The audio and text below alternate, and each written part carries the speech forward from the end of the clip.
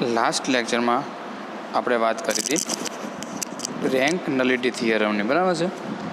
પહેલાં rank nullity theorem statement શું હતું કે if T from U tends to V be any linear transformation, then dimension of range of t plus dimension of space of t એટલે કે nullity of t, આ બેનું ડાયમેન્શનનો સરવાળો કાયમી માટે કેટલો થાય તો કે ડાયમેન્શન ઓફ યુ જેટલો થાય, બરાબર છે. એટલે કે આનું જેટલું ડાયમેન્શન હોય એટલું જ ડાયમેન્શન એ રેન્જનું પ્લસ ડાયમેન્શન નલ સ્પેસના જેટલું ઓલવેઝ થાય છે. અને શોર્ટમાં લખવું હોય તો આવું પણ સિમ્બોલ આપી શકે છે, આર ઓફ ટી, આને કહેવાય rank of T plus nullity of T, okay, equal to કેવું કહેવાય ડાયમેન્શન ઓફ યુ. આ બેમાંથી કંઈ પણ આપણે સિમ્બોલ આપેલો હોય તો આપણે કંઈ આને ડાયમેન્શન ઓફ રેન્જ, આને કેપિટલ હોય તો રેન્જ ઓફ ટી વંચાય, સ્મોલ હોય તો એને રેન્ક ઓફ ટી વંચાય. આ રેન્ક ઓફ ટી શું કામ કરશે તો આના જેટલા એલિમેન્ટ હશે એટલે કે આ આર ઓફ ટીનું જેટલું ડાયમેન્શન હશે એટલું ડાયમેન્શન એ આને સંખ્યા બતાવશે, બરાબર છે. આ એક સેટ છે, આ શું છે એનું કોઈક સંખ્યા હશે. એ જ રીતે નલિટી, આ શું છે નલ સ્પેસ ઓફ ટી છે, સ્મોલ એન ઓફ ટી શું થશે આપણી પાસે એની નલિટી ઓફમાં કેટલી એલિમેન્ટ છે નલ સ્પેસ ઓફ ટીમાં કે એનું ડાયમેન્શન કેટલું છે, એના બેઝિસમાં કેટલા એલિમેન્ટ હોય, એના બેઝિસમાં જેટલા એલિમેન્ટ હોય એટલું એનાલિટી કહેવાય, ઓકે. તો હવે આપણે આના એક્ઝામ્પલ જોઈએ આપણે એક બે, જેથી આપણે એનો કઈ રીતે પ્રૂફ થાય છે એ ચેક કરી શકીએ. ચલો, અહીંયા આગળ આપણને એક એક્ઝામ્પલ આપેલો છે, verify the rank nullity theorem. આપણે શું કહ્યું છે verify the rank nullity theorem verify કરવાનું કીધું છે ફોર ધ લિનિયર ટ્રાન્સફોર્મેશન. એક લિનિયર ટ્રાન્સફોર્મેશન આપણને અહીંયા આપેલું છે, ક્યાંથી ક્યાંનું છે તો કે R2 થઈને R3 નું, એટલે કે R2 થઈને R3 માં એટલે કે 2 ડાયમેન્શનમાંથી ને 3 ડાયમેન્શનમાં જતું એક લિનિયર ટ્રાન્સફોર્મેશન આપણને આપેલું છે. કઈ રીતે ડિફાઇન થાય છે તો કે ફોર એવરી, અહીંયા લખી શકીએ આપણે for every A and B belongs to R. અહીંયા આગળ એક્ઝામ્પલમાં લખેલું આવશે, બરાબર છે, કે ફોર એવરી આ AB ક્યાંના એલિમેન્ટ છે તો કે આરના એલિમેન્ટ છે. એ એબીની પેર બનાવીશું તો એબી કોનામાં જતો રહેશે, એબીની પેર એ R2માં જતા રહેશે, બરાબર છે. તો કે એ R2ના કોઈ પણ એલિમેન્ટ આપણે જાણીએ છીએ કેવા છે, બે એલિમેન્ટની પેર હોય એ બધા કોનામાં હોય R2માં હોય.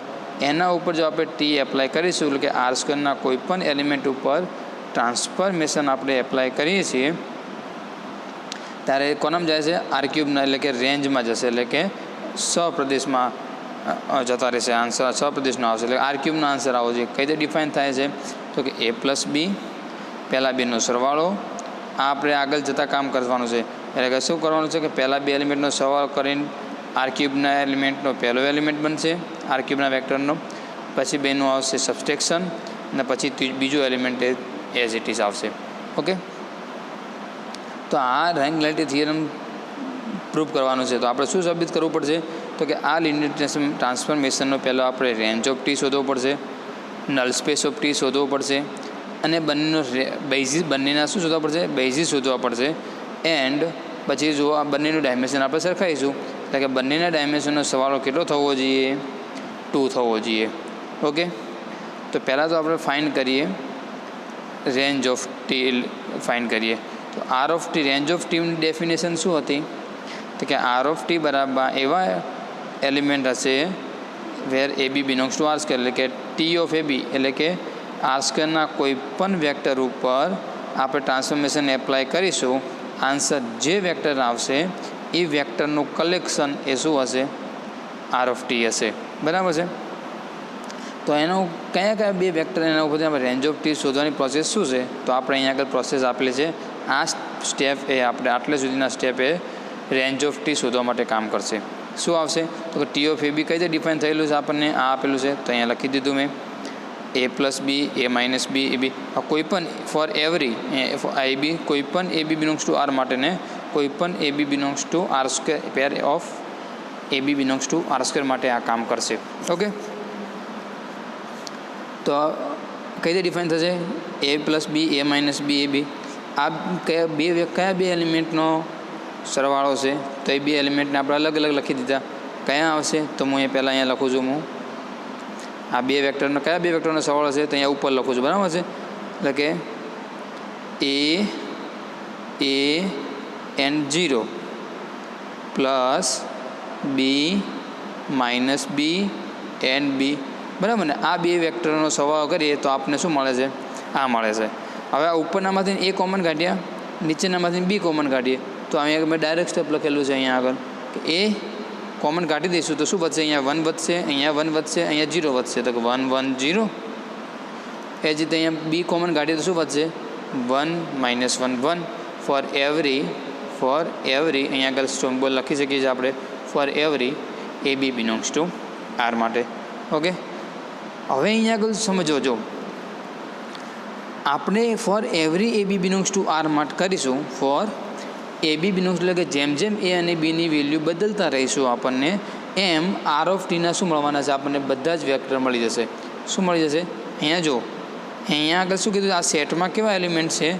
તો એ કે એ અને બીની વેલ્યુ આપણે અહીંયા આગળ એ અને બીની વેલ્યુ અહીંયા સિમ્બોલ આવશે ફોર એવરી. તો એ અને બીની વેલ્યુ આપણે જેમ જેમ બદલતા રહીશું એમ એમ આપણને વેક્ટર આર ક્યુબના મળતા રહેશે. પછી આ બે વેલ્યુનો સરવાળો કરી દઈશું એટલે એક વેક્ટર મળશે. ફરીથી એ અને બીની વેલ્યુ બદલીએ એટલે ફરીને વેક્ટર મળશે. જેમ જેમ અહીંયા આગળ આપણે આ એ બીની વેલ્યુ બદલાશે એમ એમ અહીંયા આગળ એ બીની વેલ્યુ બદલાતી રહેશે અને આપણે શું મળવાનું છે? આર ક્યુબનો નવો વેક્ટર મળી જશે. પરંતુ અહીંયા જુઓ, આ તો શું છે? આટલું વસ્તુ છે ને એ શું દેખાય છે? તમને જોઈ શકાય છે આપણે કે આ લિનિયર કોમ્બિનેશન છે. શું છે આ? શું છે? લિનિયર કોમ્બિનેશન છે. કોઈ પણ બે એ અને બી આરમાંથી છે માટે એને આપણે કોન્સ્ટન્ટ સમજી શકીએ છીએ. શું સમજી શકીએ છીએ? કોન્સ્ટન્ટ સમજી શકીએ છીએ. અને આ બે વેક્ટરનું લિનિયર કોમ્બિનેશન છે એટલે કે આ બે વેક્ટરના લિનિયર કોમ્બિનેશનનું કલેક્શન કરીએ, આ બે વેક્ટરનું 1 1 0 અને 1 માઇનસ 1 1 એનું આપના લિનિયર કોમ્બિનેશનનું કલેક્શન કરીએ તો આપણને શું મળી જશે? આર ઓફ ટી આખો મળી જશે. સ્પાન શું હતો? અહીંયા આગળ હું ડેફિનેશન સ્પાન સાથે સાથે સરખાવતો રહું છું. શું કરતો રહું છું? સ્પાન સાથે હું સરખાવતો રહું છું કે જો આપણે આ બે વેક્ટરનું લિનિયર કોમ્બિનેશન કરીશું એટલે કે આ બે વેક્ટરનો સેટ બનાવી દઈએ અને આ સેટનો સ્પાન લઈશું. શું લઈએ આપણે? સ્પાન લઈએ તો આપણને આર ઓફ ટી શું મળી જશે? આખો મળી જશે. અહીંયા આગળ આપણે દેખી શકીએ છીએ, બરાબર છે? કારણ કે એના ઉપરથી આપણે આ બે વેક્ટર કાઢ્યા છે. તો આ શું થઈ ગયું? બે વેક્ટરનો સ્પાન થઈ ગયો. એટલે કે આ બે વેક્ટરથીને શું થઈ જાય છે? આખો આર ઓફ ટી શું થઈ જશે? મળી જશે. માટે એનો શું કહેવાય? સ્પાન કહેવાય. એટલે કે એના સ્પાન તો એક કન્ડિશન પૂરી થઈ ગઈ. કોની? બેઝિસની. હવે શું સાબિત કરવાનું બાકી રહ્યું? કે આ બે વેક્ટર લિનિયરલી ઇન્ડિપેન્ડન્ટ હોવા જોઈએ. તો આ તો લિનિયરલી ઇન્ડિપેન્ડન્ટ સાબિત કરવું તો મારે શું કરવું પડશે? બે સ્કેલર લેવા પડશે. બે સ્કેલરને એનું લિનિયર કોમ્બિનેશન ફોર્મ લખું. બંને સ્કેલરની વેલ્યુ હું શું સાબિત કરી દઉં? 0 સાબિત કરી દઉં. તો અહીંયા લખી દીધું મેં alpha into 1 1 0 plus beta into 1 minus 1 and equal to theta vector. કોનો જોઈશે? અહીંયા આગળ આર ક્યુબના વેક્ટર છે તો અહીંયા કોનો વેક્ટર આવશે? આર ક્યુબના વેક્ટર આવશે. ઓકે, સો બંનેનો સરવાળો કરી દીધો તો શું થઈ ગયું?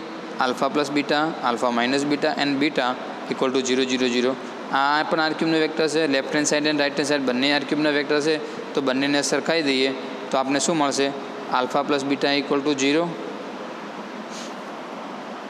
Alpha minus beta equal to 0 and beta equal to 0. તો ત્રીજું ઇક્વેશન જ આપણને બીટા ઇક્વલ ટુ 0 આપી દેશે. આ બીટા ઇક્વલ ટુ 0 આ સમીકરણમાં મૂકી દે તો આપણે શું મળી જાય? આલ્ફા ઇક્વલ ટુ 0 મળી જાય. સો આ બંને વેક્ટર કેવા છે? લિનિયરલી ઇન્ડિપેન્ડન્ટ છે એન્ડ એનો સ્પાન કરતાં મને શું મળી જાય છે? R of T, range of T મળી જાય છે. સો આપણને જે આ સેટ મળ્યો એ શું મળી ગયું? Basis of R of T. આ શું છે? Basis of R of T છે. Okay, basis of R of T. So dimension of R of T કેટલું થઈ ગયું આપણને? હા, જો આર ઓફ ટીના બેઝિસમાં કેટલા એલિમેન્ટ છે? 2 એલિમેન્ટ છે. અને બેઝિસ એટલે કે કોઈપણ સેટનું ડાયમેન્શન કેટલું? કોઈપણ વેક્ટર સ્પેસનું ડાયમેન્શન ક્યારે નક્કી કરી શકીએ છીએ આપણે? તો ડાયમેન્શનની આપણે ડેફિનેશન જોઈ ગયા કે નંબર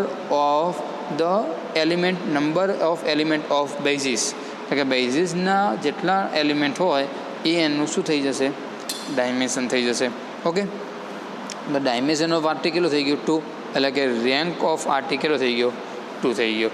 ઓકે, હવે આપણે એ જ રીતે સેમ ટુ સેમ આપણે નલ સ્પેસનું શોધીએ. તો નલ સ્પેસની ડેફિનેશન શું હતી? નલ સ્પેસ ઓફ ટી, તો હતી નલ સ્પેસ ઓફ ટી એવી A B belongs to R square આવશે, એટલે કે આર સ્ક્વેરની એવી પેર આવશે કે જેના ઉપર ટ્રાન્સફોર્મેશન એપ્લાય કરતાં T of A B apply કરતાં મને આર ક્યુબનો 0 વેક્ટર મળે. આર ક્યુબનો શું મળવો જોઈએ? 0 વેક્ટર મળે. ઓકે, તો આપણે લઈ લઈએ same to same for A B belongs to R square. T of A B કઈ રીતે ડિફાઇન થાય છે? તો કે A plus B, A minus B and B equal to 0 0 0. ત્રણેયને સરખાઈ દઈએ, ત્રણેય ઇક્વેશનને સરખાઈ દઈએ. A plus B equal to 0, A minus B equal to 0 and B equal to 0. તો A equal to B equal to શું થઈ ગયા? 0 થઈ ગયા. Okay, A equal to B equal to શું થઈ ગયા? 0 થઈ ગયા. તો આમાં એ ને બીની વેલ્યુ શું મળી આપણને? 0 0 મળે. તો નલ સ્પેસ ઓફ ટીમાં કયો વેક્ટર મળ્યો? ફક્ત આપણને 0 0 મળ્યો. કયો મળ્યો? નલ સ્પેસ ઓફ ટીમાં ફક્ત કયો વેક્ટર મળ્યો આપણને? 0 0 મળ્યો. તો એને 0 0 મળી ગયો તો નલ સ્પેસ ટીમાં કોઈ વેક્ટર છે જ નહીં. નલ સ્પેસ ટીમાં કોણ છે? 5 છે, ફક્ત 0 વેક્ટર છે. સો નલ સ્પેસ ઓફ ટીનું ડાયમેન્શન શું થઈ જશે? અને વિચ છે લિનિયરલી ઇન્ડિપેન્ડન્ટ સેટ છે, તો ડાયમેન્શન કેટલું થઈ ગયું? એનું 0 થઈ ગયું. એમાં કોઈ વેક્ટર મળે આપણને તો એ નલ સ્પેસ કહેવાય. બાકી તો નલ સ્પેસમાં 0 0 તો ઓલવેઝ મળે ને મળે જ. એ તો આપણે કારણ કે નોન એમ્પ્ટીફાઈ કરીને આવ્યા છીએ, બરાબર છે.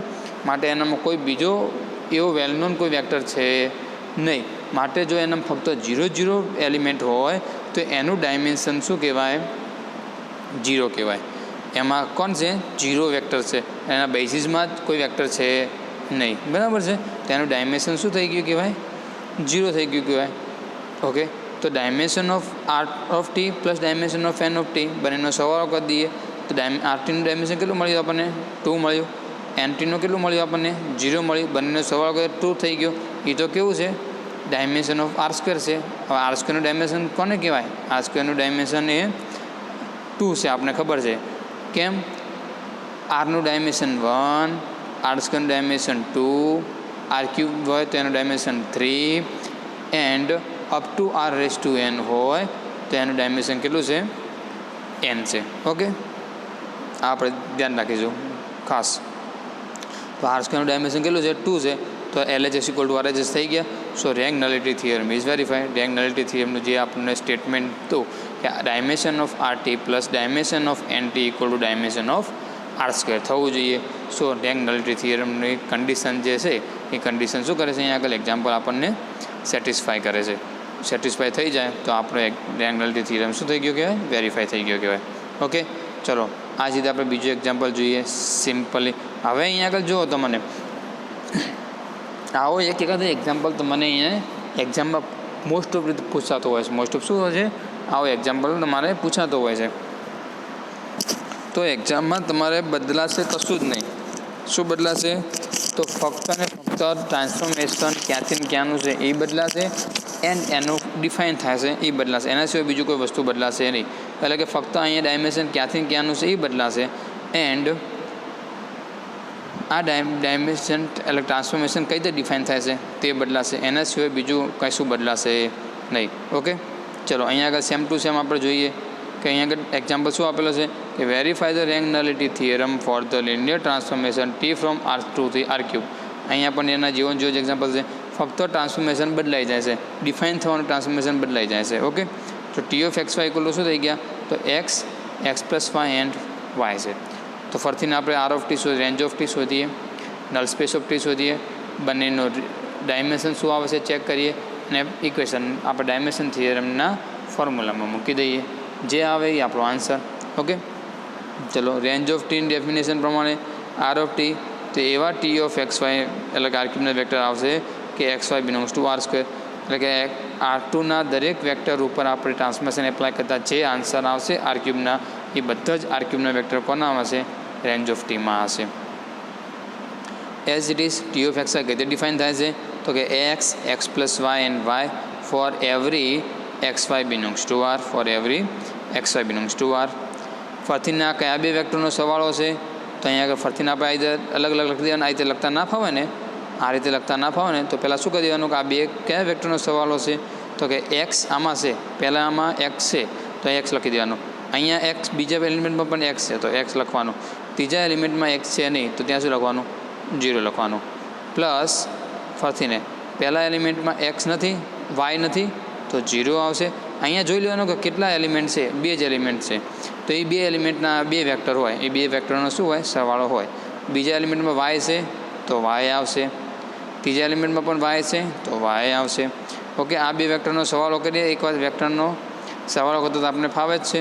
2 વેક્ટરનો સરવાળો કરી દેવાનો, આપણે આ વેક્ટર શું મળવો જોઈએ, પાછો મળવો જોઈએ. હવે આ 2 વેક્ટરમાંથીને એક્સ અને આમાંથીને વાય કોમન કાઢી દેવાના.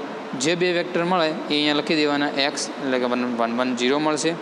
આમાંથી વાય કોમન કાઢીએ તો 0 1 1 મળશે for every x y belongs to R. Okay, તો આ તો શું થઈ ગયું, આ જો આ જે સેટ છે એ શું છે, ફક્ત 2 વેક્ટરનું લિનિયર કોમ્બિનેશન ફોર્મ બતાવે છે. 2 વેક્ટરનું શું બતાવે છે, લિનિયર કોમ્બિનેશન ફોર્મ બતાવે છે.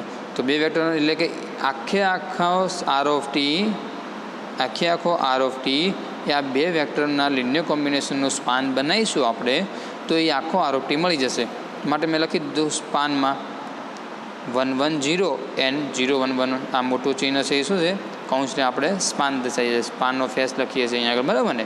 એટલે કે અહીંયા આગળ હું સ્પાન ઓફ ફેસના એલિમેન્ટ પણ લખી શકું છું કે આનું સ્પાન હું કરીશ તો મને કોણ મળી જશે, તો કે આર ઓફ ટી મળી જશે, બરાબર છે.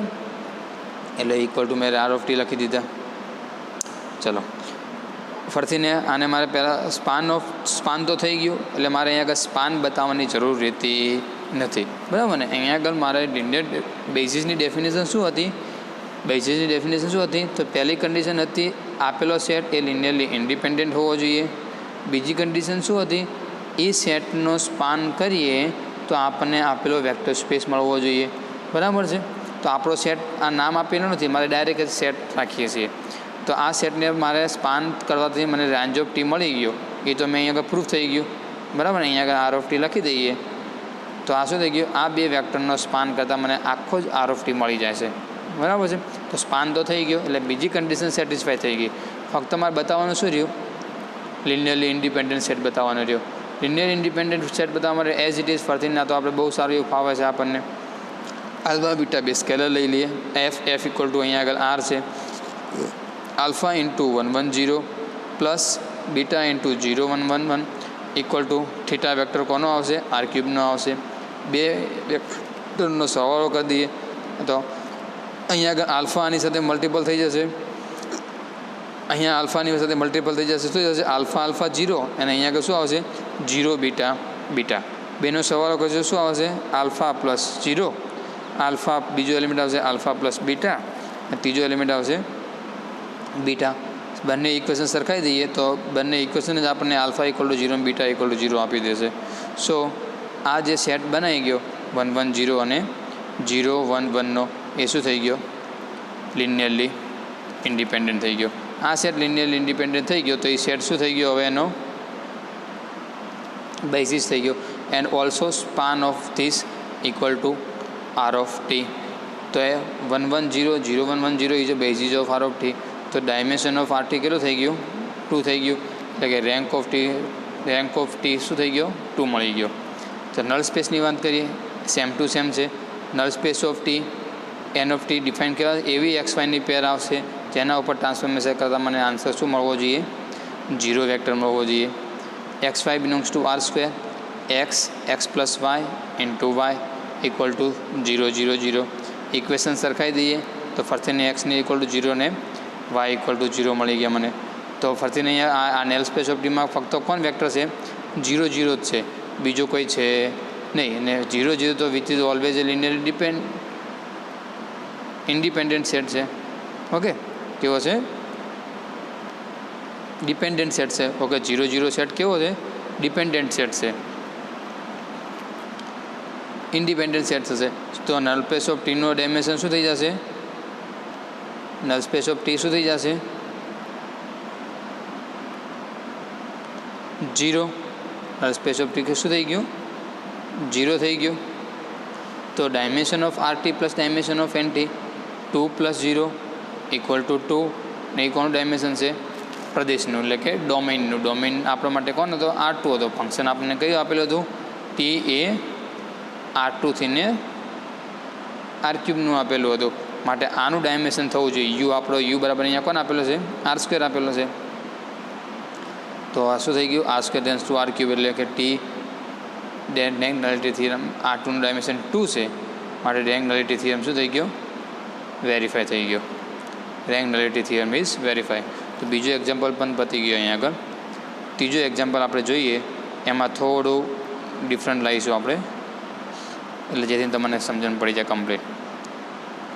એ ફરીથી અહીંયા આગળ આપેલું છે, verify the rank nullity theorem linear transformation T from R cube tends to R square. અહીંયા આગળ જો આપણે બે એક્ઝામ્પલ જોઈએ, ક્યાંથી જતા હતા, આર ટુમાંથી ને આર ક્યુબમાં જતા હતા.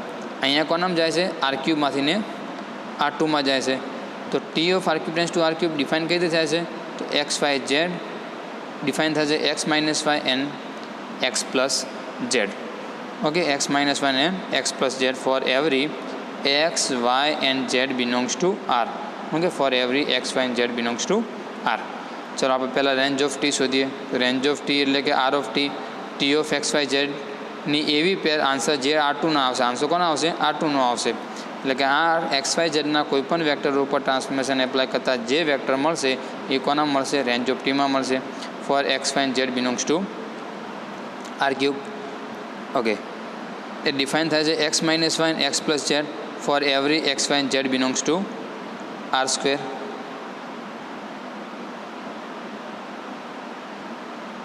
હવે જોઈ લો, આની આગળનું સ્ટેપ, લાસ્ટ સ્ટેપ શું હતું, હું અહીંયા લખી દીધું, બરાબર છે. આ એક્સ વાય આ સ્ટેપ આખો કહું છું, અહીંયા પાછળ લખું છું એટલે સમજણ પડે આપણને. એનો એઝ ઇટ ઇઝ લખી દઈશ હું, x plus y x minus y and બીજું શું મળતું આપણને, x plus z where for every x y z belongs to R. Okay, હવે આના સ્ટેપમાંથી મેં આ સ્ટેપ કઈ રીતે લખ્યું છે, તો જો આ સ્ટેપમાંથી પહેલાં એક્સ કોમન કાઢ્યા. આમાં આ વેક્ટર એ કેટલા વેક્ટરનો સરવાળો છે, તો કે 3 વેક્ટરોનો સરવાળો છે. આપણે અત્યાર સુધી 2 હતા ને, અહીંયા કેટલા છે, 3 છે. કયા કયા, તો હું જુઓ, પહેલાં એક્સ 3 વેક્ટર છે, આમાં કેટલા એલિમેન્ટ છે, 3 એલિમેન્ટ છે. તો એક્સ કોમન કાઢીએ, તો આમાં એક્સ છે એટલે 1 લખીશ, આમાં એક્સ છે એટલે 1 લખીશ, તો 1 1 પ્લસ વાય પણ છે તો વાય કોમન કાઢીશ હું, આ વાય છે. ઓકે, આમાં વાય છે, હા, પણ માઇનસ છે તો હું -1 લખીશ, -1. આમાં વાય નથી તો શું લખીશ, 0 પ્લસ ઝેડ શું થશે, આમાં નથી તો કે 0, આમાં છે તો કે 1. તો આ 3 જે વેક્ટર મળે ને, 3 એલિમેન્ટ, આ 3 એલિમેન્ટનો સરવાળો છે. એટલે કે અહીંયા કે તમારે મેં ડાયરેક્ટ આ સ્ટેપ લખી નાખ્યું, બરાબર છે. એની જગ્યાએ આવું પણ આવશે, લખો તો ચાલે.